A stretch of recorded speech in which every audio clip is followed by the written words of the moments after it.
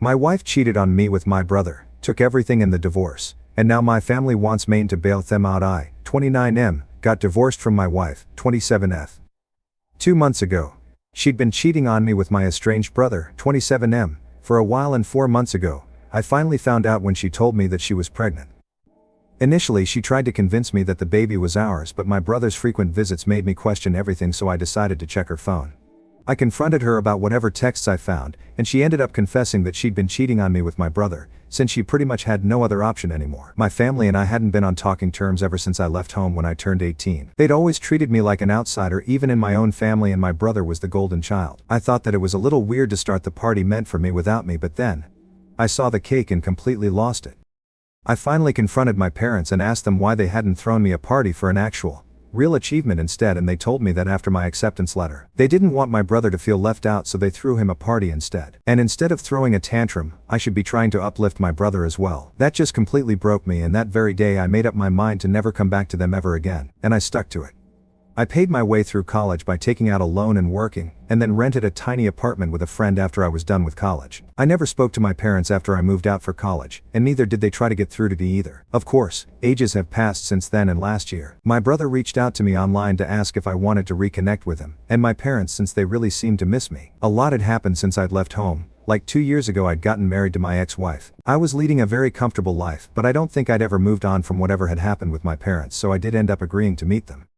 It was awkward and felt uncomfortable initially, but they were making an effort to fix whatever they'd done to me in the past, so I felt obliged to make an effort for them as well. So I invited them to my home as well, and I guess that was my first mistake, introducing my brother to my ex. They met, they started an affair, and she got pregnant. I was really happy when I found out that she was pregnant, since I'd obviously thought that the baby was mine. But then, like I'd mentioned earlier, my brother started visiting more often after I found out about the pregnancy, and while initially it didn't bother me, it started getting weird when he would touch my wife's pregnant stomach and speak into it. My ex told me that it wasn't that big of a deal, but I just couldn't shake off a sneaking suspicion that my brother had more to do with the baby than he was letting on. 6 months into the pregnancy, I decided to go through her phone while she was asleep, and that confirmed everything that I was terrified of. The texts between my ex and my brother proved that it was actually his baby, and they'd been together for a while now. Not only that, my ex had no intention of ever letting me know that the baby wasn't even mine. She and my brother planned on telling me about the affair after the baby was born, and then she'd get a divorce from me and finally get with my brother, while they'd live off the fortune with the child support that I'll be paying. The next morning I asked her about the texts, and while she did try to deny it at first, she eventually gave up and confessed. That was the end of my marriage of 2 years, and well, of course, my parents sided with my brother and my ex. All their words about the two of us being equally important to them were just words after all. When my ex and my brother announced our divorce on social media, and her decision to marry him, my entire family was fully supportive of their decision. Nobody cared that they'd ruined my mental health and broken my trust. Not just that, my ex had been lying to me for 6 months and telling me that the baby was mine. It felt as though I'd not just lost my wife but also my kid, and it just hurt so much. My parents told me that this was for the best and once again, refused to even act like my brother had wronged me. They in fact told me that I should be happy that my ex and brother had finally found happiness and should join the celebrations. Once again, I cut them out of my life, and that messed up my divorce as well. My ex-wife walked away with a huge settlement sum in my car, all because my family was on my wife's side in the divorce, because she was with my brother now. She and her lawyer cooked up some story about how I was toxic and controlling and forced her to quit her job even though it was her own choice. My family reinforced it by saying that the reason they'd cut me off in the first place was because of my misogynistic attitude and temper tantrums. So the evidence was stacked against me, and I lost a lot of money in the divorce, but, thankfully, I got to keep the house. When the divorce was finalized, I was just glad that I was done with this crap now, and wouldn't have to see any of these god-awful people ever again. Luckily, there's no waiting period for a divorce where I live, and my ex-wife didn't contest it either, so I was able to wrap it all up as quickly as possible, so that I could move on with my life.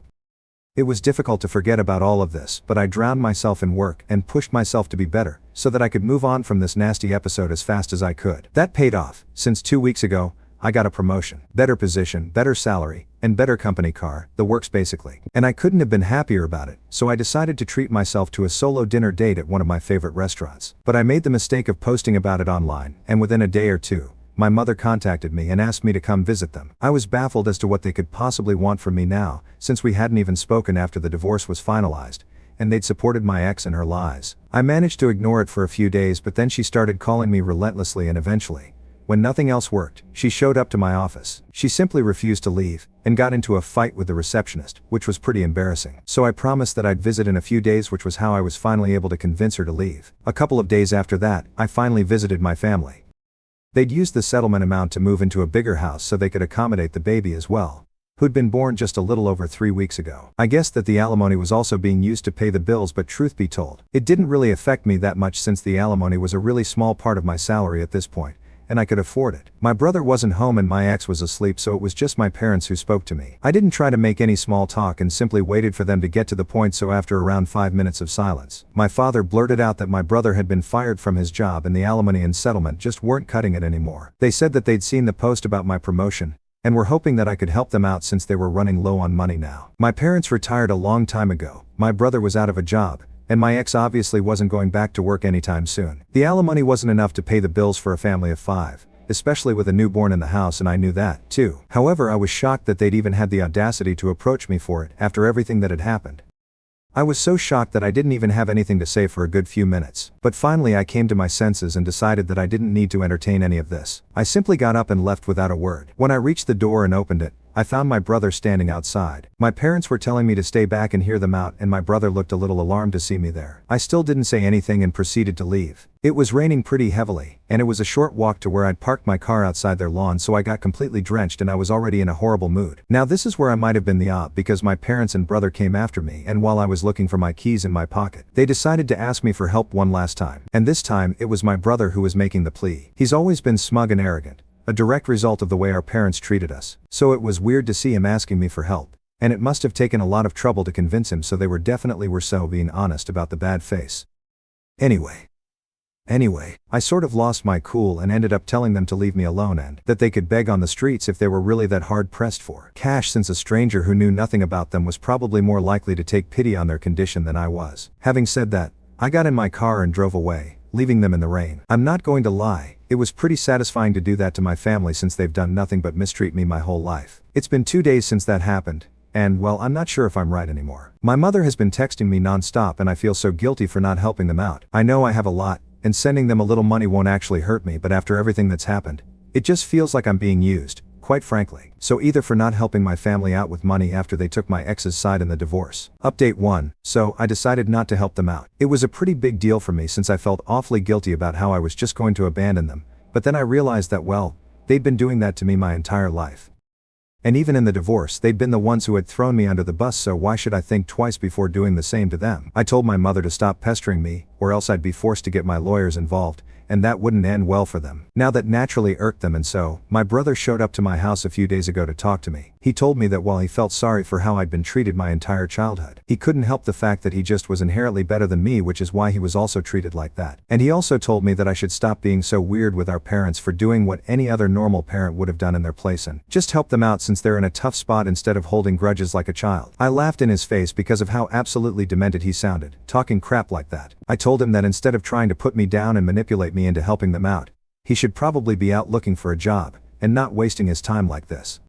That touched a nerve, I think. And he started yelling at me about how I was just jealous of the fact that not just our parents but even my ex-wife preferred him over me, and I was taking revenge by refusing to give my family money. I didn't even bother to fight back and just agreed with him, saying that all that I was doing was just to get revenge on him, and there wasn't much that he could do about it. So he got super pissed off and told me that he was going to come after me and forced me to cough up the money one way or another, and I'd regret ever speaking to him that way. Honestly, I'm not taking any of that seriously in the least. He can try to scare me all he wants, but it's just not going to work because I know he's not capable of doing anything at all to me. I'm unbothered.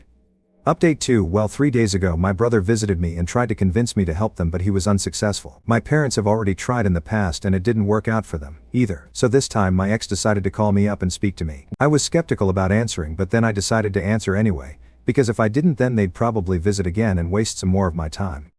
So I spoke to her, and it was insane how entitled and cruel these people can be. She started very politely, and told me that like I already knew, she and her family were struggling with money, and while she realized that I had absolutely no need to help them after whatever they'd put me through, she still wanted me to think about it, and be the bigger person here. She tried to make me sympathetic by reminding me that my parents had paid for everything growing up, and even she had done her best to be a good wife. Like, yeah, sure, except for the part where my parents didn't give a damn about me and always preferred my brother, and she actually ended up cheating on me with the same brother I used to complain about. So yeah, that didn't work at all. and I told her that while I felt awful about what was happening to them, I was already spending a lot of unnecessary money by paying her alimony, which she technically didn't even deserve since she'd cheated on me but managed to get it out of me since my family had no qualms about lying and making me the bad guy for their gain. She started sobbing on call and told me that I was being selfish and heartless, which was just ironic.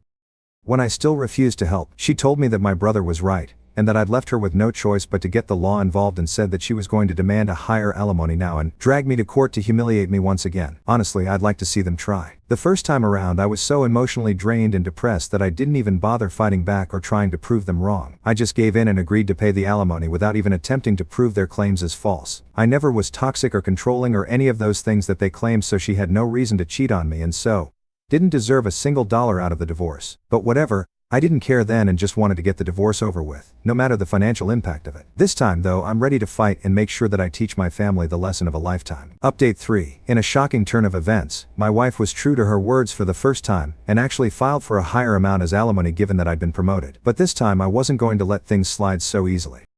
I got all our common friends involved, and told them whatever was happening, and even filled them in on past events since most of them only knew that we'd separated and they didn't even know about the real reason. They were all obviously very shocked, and I told them that I needed them to testify against my wife if it came down to it, and they agreed readily. I also told my lawyer that I wanted to discontinue the whole alimony arrangement altogether, since she didn't deserve it in the least. I spent the past few days gathering all the evidence I could find of my parents and brother being horrible people who never bothered to treat me like an equal and are now hounding me for money just because they know about my promotion. I'd had enough and I needed to get rid of these disgusting parasites once and for all, so I wasn't going to stop and think about their feelings at all. I managed to convince some of my cousins who'd watched me get treated like an outsider in my own home while growing up to speak on my behalf. They were kind enough to do so as well, even though we were never particularly close or anything.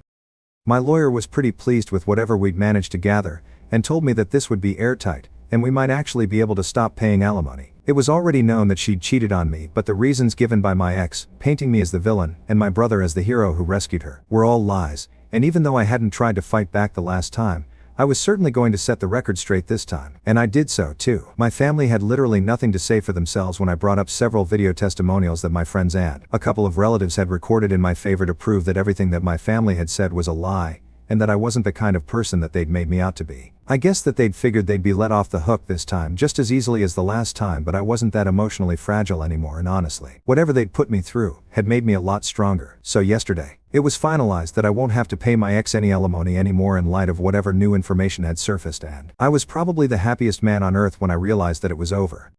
It was just so satisfying to see the smug look completely wiped off of my family's face, and my ex looked like she was going to start crying any second now. But yeah, I couldn't care less about her crying anymore, and was just simply done with this whole thing. I'd thought that I'd go home and treat myself to some great takeout and a movie, but my family, obviously, absolutely had to do any and everything in their power to stop me from experiencing happiness. I was only a few yards away from my house when I noticed my brother's car parked right outside my home, and I was really confused as to why he'd be there. I still went in and there was my family, standing outside my door and blocking my way in. I was very taken aback and didn't even know what to say, but I decided to act like this didn't bother me and told them to get off my property if they didn't want me to call the police. That's when my dad spoke up and told me that I should be ashamed of myself for what I'd done today. He went on to lecture me about how I had no sense of responsibility towards my family, and had betrayed them all by refusing to help them out when they needed it the most.